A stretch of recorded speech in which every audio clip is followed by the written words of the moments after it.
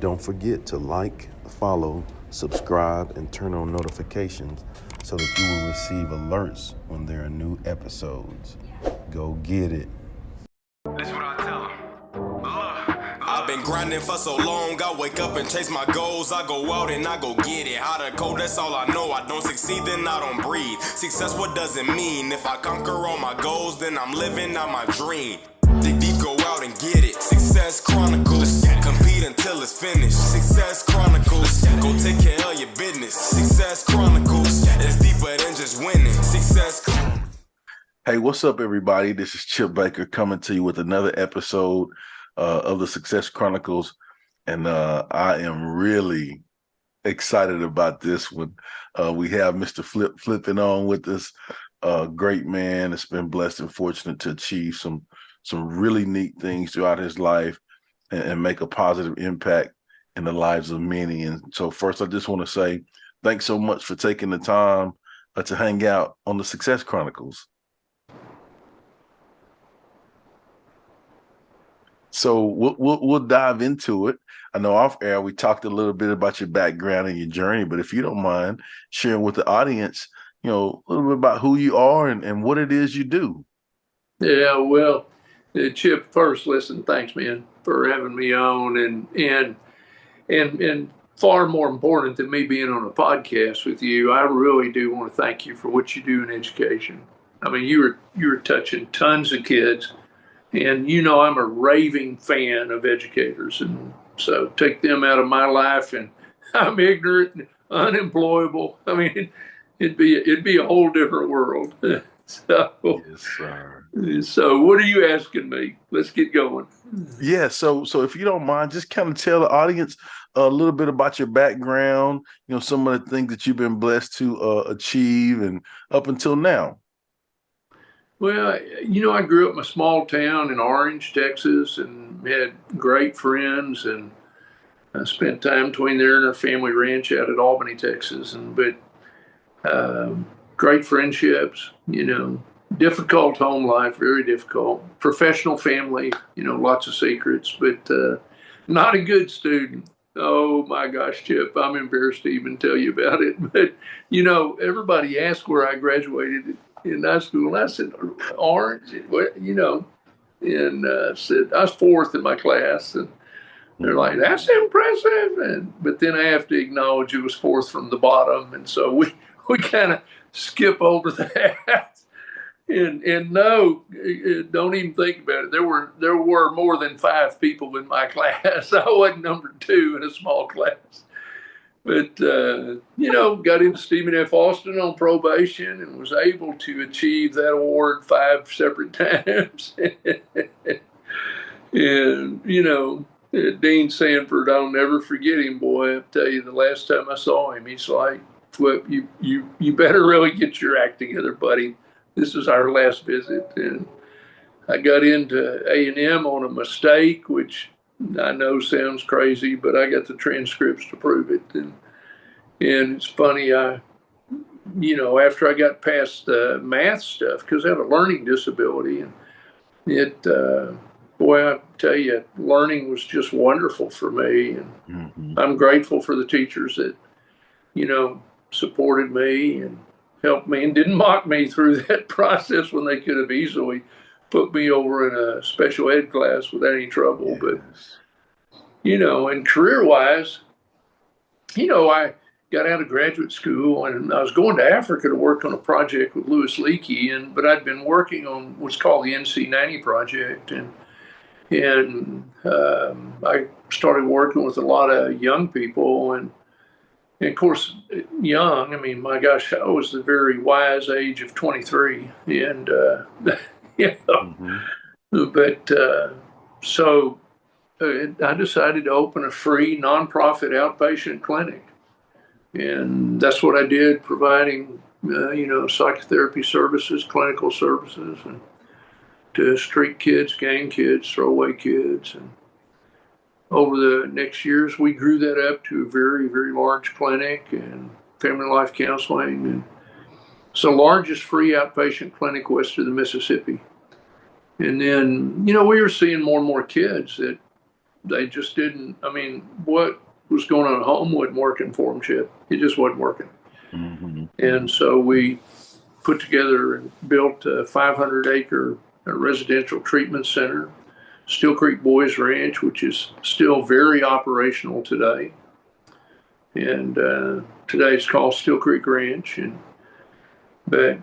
then after 16 years of that, the governor called and said, "Would you put your stuff in public school?" And I said no. And that tells you how smart I am. And they sent the commissioner to meet with me. And so we ran some pilots and it worked, and trying to help educators learn how to work with high at-risk kids. But the stuff we were doing worked with all kids. And, and now we're the largest educator training company in the country and have a wonderful time. I mean, it's an easy story, Chip. There's a lot more. Susan and I have done a lot of other things. We've built 12 companies all together and sold some, bought some. But, our passion is young people. It's making a difference. So that's who we are. Wrote some books, did some stuff, traveled around the world, a few times, blah, blah, blah, all that stuff. All that stuff that other people would love to do. Hey, it's out there. It's Yes, out sir. there. It's out there. Yes, sir. If you'd ever told me that I'd do it, I'd laughed at you. If you'd ever told me, I'd have flat laughed at you, Chip. I thought, have you lost your mind? But it is out there to be done. Too many people live a small life because they believe the lies that they tell themselves. Somebody told them to them when they were little, and they started telling them to themselves, "Oh, I couldn't ask her out. I couldn't go to that dance. I could never be in that house. I could never sit in that meeting. I could never be on a big airplane. I could never." And we lie. We lie to ourselves all the time. Chip, if I lie to you, that's one thing. But I'm telling you, lying to myself, oh my Lord.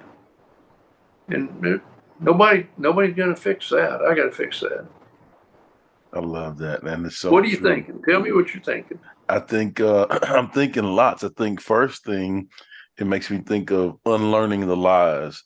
Growing up in certain situations or being around certain people or experiencing certain things. We can all tell ourselves, like you said, I'm not worthy, or am I good enough? But we have to unlearn the lies and realize that the big man made us all a one of one. And so that tells us right there that you have what it takes. Yeah. You just have to believe that. Yeah, we do. We do. My last book, the title of my last book's Your Third Story. And that's what the whole thing is about is, how do you, you're born into a story and everybody thinks that that's their story. Yeah. It's like if I asked you, we did before we got on this podcast, I grew up in Hearn and I'm like, well, golly, Chip, there's your story. Yes. There you are, brother. That's your story. Born in Hearn and grew up, played sports, did this, did that, whatever. Let me tell you something. You didn't write that story. You're born into that story. People led you into that story. They encouraged you into that story, but that's not your story. And then what happens in teenage years is we literally just flat lie to ourselves. And it starts, think about some neat girl you wanted to ask out. And you're like, And then you got excuses. Why not? Think about a sport you want to play. You got excuses. Oh, a coach didn't like me. That teacher didn't like me. I couldn't do that. Whatever. You know what I'm saying? Yes, sir. And we have to unlearn those lies. There is a third story. There is a third story. Well, what are three things you've accomplished in your life that you're proud of? Oh man, that's an easy deal. My marriage. I am like the happiest married guy I can think of. I'm in love with my wife Susan, and I want to say her name so nobody confused it. I am in love with my wife, and the second thing's our family. You know, we've raised in one form or another 20 kids, and I mean, Chip, who gets to do that? Who gets the honor of having that many children? Well, we've got 27 grandchildren. Wow. And I look at that. I mean, they're from all over the world. They're all colors, all kind of backgrounds. Mhm. I mean, and they're all wonderful. They're all wonderful. And so that's what I'm proud of. And then the third thing is I'm proud of the fact that our team, we got just under 600 employees, somewhere between 500 and 600 employees. I don't know. But I'm proud of our team because we live with purpose. We live with purpose. And I'm proud of that team because we execute that purpose, and it means everything to us as a company. So Good good. question. Yes, sir. Yes, sir. Well, just listen to you talk about your journey, listening to you discuss the things that you're proud of. I would consider that to be hugely successful. So let's hit on success. What is your definition of success? Yeah, Chip, that's funny. People ask me that kind of stuff. So let's see. I could go down through all kinds of stuff. We can talk about New York Times best-selling, blah, blah, blah.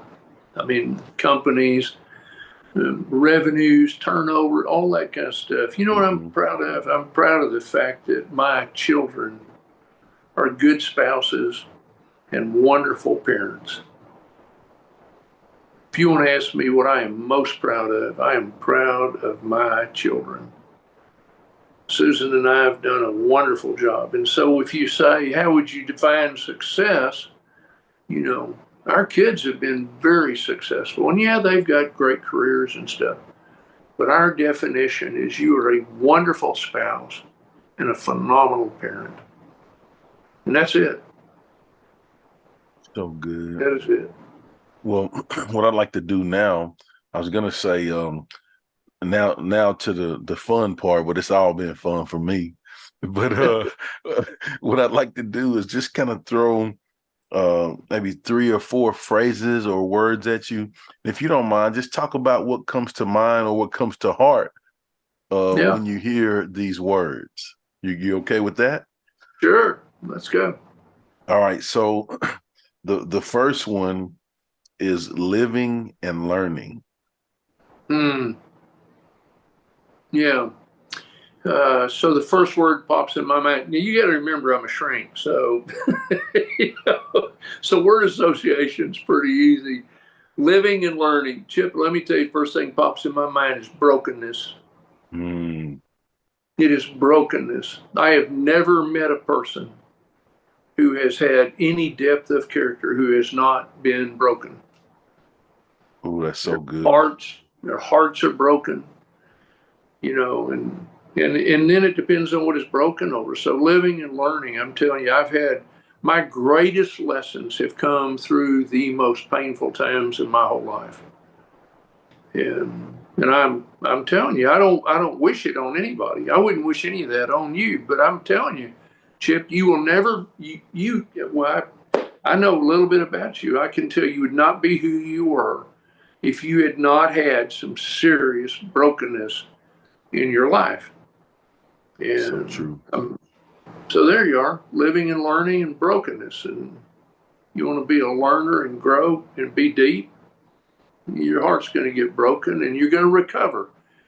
I see Mhm. kids all the time right now, and they tell me about what a victim they are. And I'm like, my Lord, child, think about it for a second. You're standing right here in front of me. You've survived all these things you're whining about. Yep. I don't. I'm sorry. I'm sorry. Bad things happened to you. I mean, Chip, first time I got beat unconscious, I was 8 years old, and that was at home. That wasn't at school, and that wasn't the last time by any stretch. And I don't wish that on a child, but the fact is that's not going to define my life. And I'm Yes. stronger than that, or I wouldn't have gotten up off the floor and gone back into the dinner table. I would not have been able to do it. people are stronger than they think, and they can do more than they think. I've never met a man yet or woman who has lived to their capacity. Mm. Nobody, none of us, which I'm like, good night, man. That is awesome. Yeah. Opportunities for growth. That is pretty dadgum exciting when you think about it. So good. All right. All That's a right. lot on living and learning. You got another word for me? So the next phrase is capturing kids' hearts. Oh man, you know I wrote that. But let me tell you something, Chip, and this is so true. If you have a child's mind, I'm sorry, if you've got a child's heart, if you've got a child's heart, you've got his mind. You've got his mind. You learn from people who love you, committed to you, care about you. And to me, I mean, the being able to build, I mean, I get on this deal with you, Chip. I've never laid eyes on you until today. I mean, I've watched some of your stuff, but I mean, you got a great smile. You nod your head, you laugh, you're spontaneous, you're fun. I mean, it's high likability. Capturing a child's heart. My gosh, children today are being captured, Chip. It's just not by the right people, and I don't like that. And so I want people who they have their good at heart, and you be the ones that capture their hearts. You be the one that gets the mind share. If you have a child's heart, you got his head. So, yep, I live by that. All right. I knew you. I figured you might be a little bit familiar with that one. That's why I gave you Yeah, that one. yeah. I All wrote that right. probably 40 years ago. Yeah. And so the last one that I want to give you, and I'll pause a little bit before I give you this one because this is the good one. All right. So the last one is legacy. Hmm. It's an interesting thing because I remember George W. Bush. I was in his office one day, and I'd been around him numerous times, and somebody said something about his legacy, and he just made a comment. He said, "I don't care a hill beans about my legacy. I care about how I live." But here's where I am on that. I think if you want to leave a legacy, you better live one. You better live one. And the only way you're going to do that is by leaving a good mark on the people you touch. And I don't care if it's the waitress or the president of the country, it's immaterial. If you want to leave a legacy, you live one. You live a legacy every day. You love your children, you love your family, you tend to people, you're kind to people, you're gracious. You know, Chip, I'm going to tell you something. When my dad was dying, I had the chance to crawl in bed with him and just hold him. And, I'd forgiven him years before. I'd forgiven my mother years before. And I look at that's the kind of life I want to live. And then when my children, if somebody gets crossways, which is very rare with anybody, it's like, hey, is this how you want to live? People remember. People remember. Come on, we're better. Who are you? That's so good. Well, as we close, I love for you to have an opportunity to share with the audience where they can go, follow you and show you some love with all of the amazing things that you have going on. And, I'll show, I showed you this off air. I have that very first book from way back. Yeah. I had to show that on the flip side and the newer book and, all of the things that you're involved in. Where can people go to check some of that out and show you some love? No, they can go download all that stuff on Amazon and stuff, and they can follow me on Twitter and Facebook and all the regular social media stuff. Um, Chip, it's easy. You just type in Flippen. There's a ton of things that come up and some really good jokes too. Yeah. No, I'll tell you, Chip, I feel the love every day. I feel the love every day. I love what I do, and it's it's very humbling. Um, it's very, very humbling, Chip, to look back at your life at the age that I am now, look back and think, my gosh, so grateful. So grateful for the people in my life, the people that, have loved me, spoken truth to me, encouraged me. Sometimes, smacked me upside the head to correct me. And Lord knows we need it. But just grateful. Boy, that's the best word in the world. Grateful. I love it. So true. Well, again, I just want to say thanks so much for taking the time to interview with the Success Chronicles. Truly appreciate it, and I wish you continued success. Thanks, Chip. Great being with you today. Yes, sir. And thank you guys for checking out this episode. We'll see you next time. God bless. Go get it.